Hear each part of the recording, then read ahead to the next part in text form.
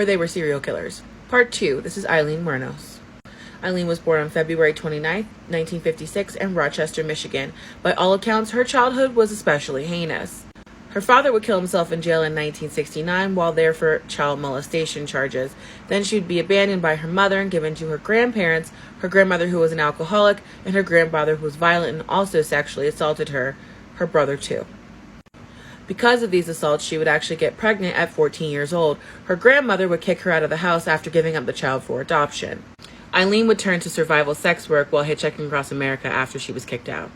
Then at 20 years old, she would get married to a 69-year-old man from Florida. This time was tumultuous, though, too, because she got arrested for assault charges against her husband, as well as in local bars. Most of Aileen's crimes would be minor until 1989, when she killed Richard Mallory, a convicted sex offender, and she claimed it was self-defense.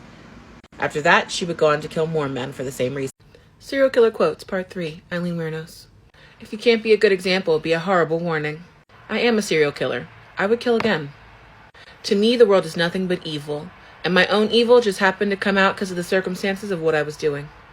People always look down their noses at hookers, never give you a chance because they think you took the easy way out. When no one would imagine the willpower it took to do what we do, walking the streets night after night, taking the hits and still getting back up. And I do have to say one thing. Their families must realize that no matter how much they love these people that died, no matter how much they love them, they were bad people because they were going to hurt me. Dead men don't rape. They say it's the number of people I killed. I say it's the principle. Thanks a lot, society, for railroading my ass. And lastly, it shouldn't matter who you are or what your workplace is. Self-defense is self-defense. No one has the right to lay any physical abuse on anyone. 5 disturbing facts about serial killer Aileen Wuornos. She shares a birthday with Richard Ramirez, February 29th. She at one time said all of her murders were self-defense. And her first victim was a convicted offender. She killed older men fitting the grandfather archetype, which brings us to fact 3. Her grandfather at the very least beat her as a child, but she also claimed that he essayed her before giving her to his friends. She started selling her body for money as young as 11 years old. A lot of violent offenders experience severe childhood trauma, and her father, who she'd never met, was a schizophrenic who went on to commit violent crimes against children. After she was convicted, she sat on Florida's death row for 10 years. In 2001, she petitioned the court to speed up her execution, adding that she was being attacked by a sonic weapon. I've seen a lot of people on here defend Aileen or say that she did nothing wrong, and I can't fully side with that. I do sympathize for everything she went through as a child, but a lot of serial killers have traumatic childhoods. In the end, she did end people's lives as well as rob them. Keep any comments respectful and follow for more. Get ready with me while I talk about Aileen Lee Wuornos. Aileen Lee Wuornos was born in 1956 in Rochester, Michigan to 2 teenage parents. Her 60-year-old mother abandoned her and her brother when she was just a baby.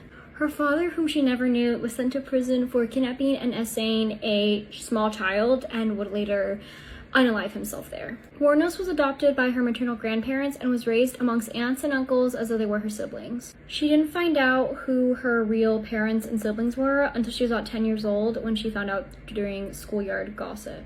Her grandparents were reportedly very strict and alcoholics. Her grandfather was known to beat her and essay her as well. By age 13, Wuornos was pregnant as a result of an attack. She was sent to live in a home for unwed mothers until she gave birth, and then she put the baby in adoption. Wuornos then became homeless and dropped out of school, and she began to hitchhike around the country doing odd jobs, which would include sex work to provide for herself. By the mid-1970s, she made her way down to Florida, where she continued to provide herself doing sex work. She also got in trouble with the law a lot. Her rap sheet included robbery, theft, grand larceny, and drunk driving. On December 3rd, 1989, the body of Richard Mallory was found in a wooded area in Volusia County, several miles from where his abandoned car was found nearly 2 weeks prior. Mallory has shot him several times, including 2 lethal blows to his left lung. He was just the first in a string of similar killings of middle-aged white men along Interstate 75 in Florida. All the victims were white men between the ages of 41 and 66 who were shot with a .22 caliber gun. The bodies and cars were all found separately. Cash was taken from every victim, but their wallet and credit cards remained, so it led authorities to believe that this was not robbery as the chief motive. In December, authorities believed that there was 2 women involved in these killings. For some reason, they didn't think they were necessarily responsible for them. They just thought they were connected. They came to this conclusion after hearing from witnesses about these 2 women that were seen driving and eventually crashing Peter Siem's car. It lost control and they hit through a fence. When approached by witnesses and asked if they needed help, the women declined and they drove away. Paramedics were called after the initial crash and found 2 women walking along the road, and when questioned about the accident, the women denied it. The paramedics noticed that the front of their clothes were wet as if someone had washed them. Bloodstains were later found in Peter Siem's car, which could explain their need to wash their clothes. From this incident, the police had descriptions of the women. The shorter woman was described as Tyra Moore, who was Wuornos' live-in girlfriend, basically. When police were looking at pawn shops to see if anyone was selling off the belongings of these missing men, they came across a woman named Cammie Green in the records. A thumbprint was then connected to Wuornos, and she was arrested January 9th, 1991 for a concealed weapons charge from 1986. She was found asleep by an old car seat outside a bar. Moore was also picked up by police and cooperated when they said they wanted to record her, as in Wuornos, confessing to the murders. She stayed in a hotel in Daytona Beach, Florida, and had 10 calls, and Wuornos did eventually confess to killing. On January 16th, Wuornos confessed everything to the police. Wuornos only went to trial for the murder of Richard Mallory. In the end, Wuornos was convicted of first-degree murder in the case of Richard Mallory. She received 6 sentences when they connected her to the other killings. On the morning of October 9th, 2002, after sitting on death row for 10 years, Aileen Wuornos was unalived by lethal injection at Florida State Prison.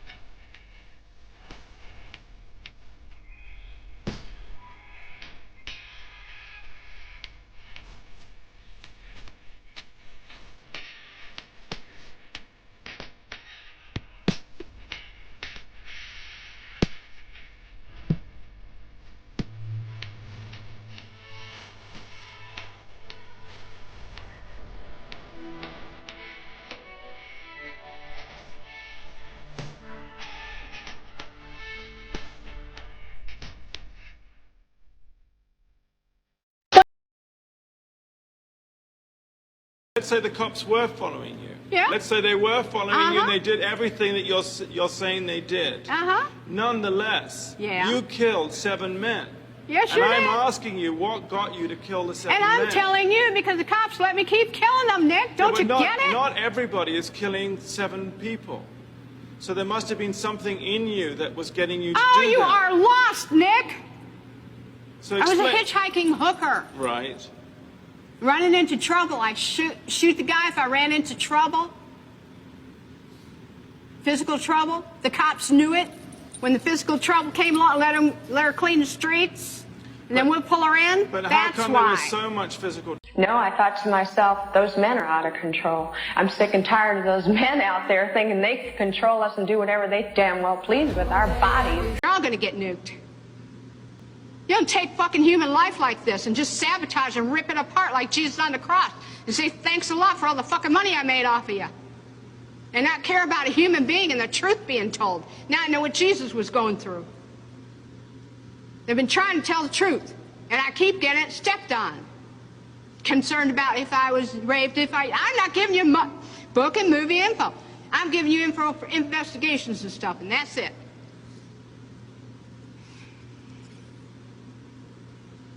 We're going to have to cut this interview, Nick. I'm not going to go into any more detail.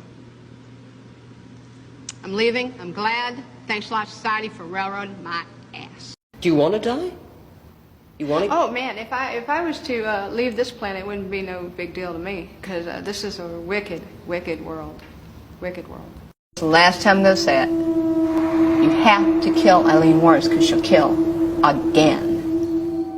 She killed 7 men and became one of America's famous female serial killers.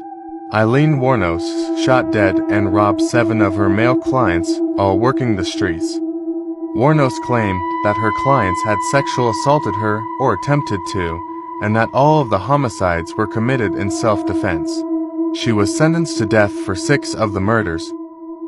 It definitely was not self-defense. Richard Mallory I killed him for, I needed his wheels to move the stuff, and he had the right amount of money I needed to move into the apartment. So we have evil in us, all of us do. And my evil would just happen to come out because of the circumstances of what I was doing.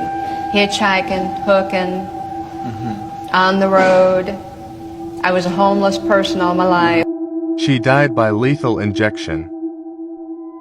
Maybe you were just born bad. How do Boy, you... I don't know about you. I'm telling you, man. No, I wasn't born bad. You guys got it. See, I'm trying to tell you, man, they lied. They lied so bad to you all. But you've been convicted of killing 7 men. Everybody's looking at the number. Does that not... You I killed look at the 7 number. men, 7 strangers. Does that not make you a serial killer? So I didn't kill them every day, did I? Did I go out there every day and say, I'm going to kill? If I did, there would be Well, no, hundreds. it took you 12 months. Yeah. And that's a hell of a lot of men I went through before the next jerk came along, and I used protection, like a condom. So it was From AIDS. It was self-defense. Yeah. Lee, the first one, perhaps. The second, maybe. But So what? 7 times? Had you been raped prior to Mallory? Yes. How many times? Any idea? I'd say a year before Mallory, at least 3 or 4. They push you around, they hurt you? Yeah, how about punch in the mouth, or how about slap in the face, and how about pulling my hair and forcing me down and forcing their penis in my mouth, ramming it down my throat and everything. It was rape. I had a double-barrel shotgun up against my head begging for my life. I had a knife against my throat. I had one of those razors that cut carpets and stuff to the side of my neck and everything. Did you feel like killing any of those guys? I didn't have a gun. I was begging for my life. I was on my knees with a double-barrel shotgun begging for my life. What made you get the gun? Because the way I had to beg for my life and everything, I said, I can't, one of these days these guys are going to kill me. Tell me about Mallory. What did Mallory do? He started to strangle you? Yeah, and then he pulled me back toward him and had me kind of laying on the seat where my legs were up like this, and he's choking me, and he said, that you better do what I say or I'll kill you right now, you bitch, and I'll kill you now. You later don't matter to me, your body will still be warm. I've killed other sluts like you, and it don't make no difference to me because I've done it before, and stuff like this. And how'd you manage to reach your gun? I started fighting with him, and he slapped me in the face, and I grabbed his arm over here, and he hits me again with this arm. I'm grabbing his arms, and there was a lot of arms flinging and everything. And finally, he was choking me, and I spit in his face. He got back up, and he said, boy, you're going to be a lot of fun, bitch. I fell on my back, and I kind of fell to the floor, grabbing for the gun, and my back and my shoulder was on the floor. And when he was coming at me, he was reaching towards me, and I shot twice as fast as I could. Shot him twice as he leaned over you in the front seat? Was that the only time you shot him? No. When I shot him twice, he started coming back at me again. I shot him one more time. Did it become easier to kill after Mallory? I didn't want to kill anybody. I didn't. But as an option, did it become more accessible to you after Mallory? I mean, No, was it I like a felt really- taboo was lifted in some way? No, I felt really kind of bad about the situation, but then I felt like, well, to me, I felt the guy deserved it. Still, then again, I got a number. You have to kill Aileen Wuornos because she'll kill again.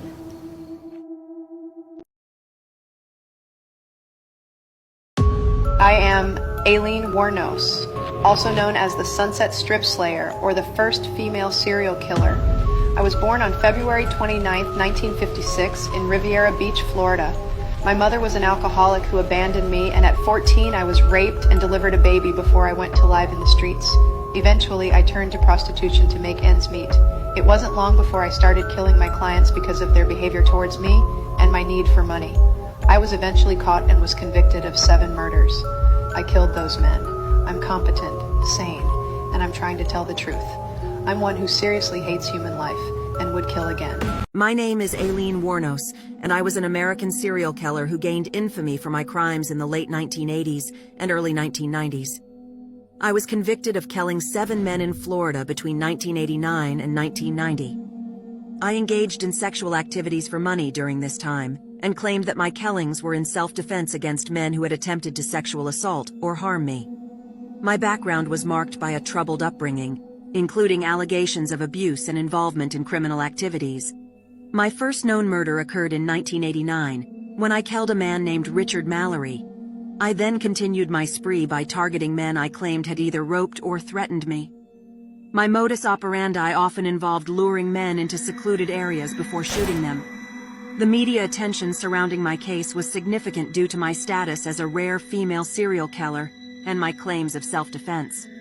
However, as evidence emerged, my self-defense claims were often challenged. I was eventually captured and arrested in 1991 after a statewide manhunt. My trial was widely publicized, and I was found guilty of the murders.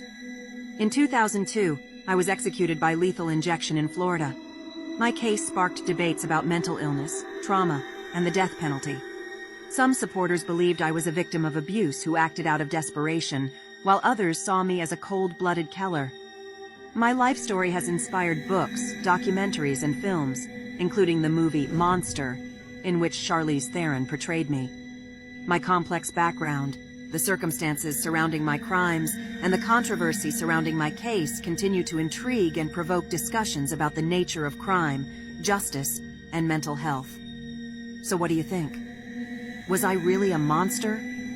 Let me know your thoughts in the comments. I carved a path of violence and became known as the Damsel of Death, leaving a chilling legacy in the annals of crime. Hello, my name is Aileen Wuornos, and this is my haunting story. In the late 1980s, I committed a series of murders that terrorized Florida. My victims were men I claimed had assaulted or threatened me during my work as a sex worker. I shot them, leaving a trail of bodies along highways. The media dubbed me the Damsel of Death for the perceived vigilante nature of my crimes. In 1992, I was convicted of multiple murders and sentenced to death. The Aileen Wuornos case remains a tragic tale of a troubled life spiraling into darkness, sparking debates about mental health, justice, and the impact of early trauma on the trajectory of a person's existence. I'm not the first woman to murder multiple people, but criminologists became fascinated with my case. I was the first female to fit the FBI's definition of a serial killer. My name is Aileen Wuornos. I was born Eileen Pittman in Rochester, Michigan, on February 29, 1956. I never met my father, and my mother, Diane, if you can even call her that, told everyone that me and my older brother Keith were always crying, unhappy babies, and all of our noise forced her to abandon us with her parents in the early 1960s. On March 18th of that year, my grandparents Lori and Britta Wuornos legally adopted us as their own. My childhood friends will tell you that my grandfather beat me and my grandmother was an alcoholic. At 11, I began trading sexual favors for money, beer, and cigarettes.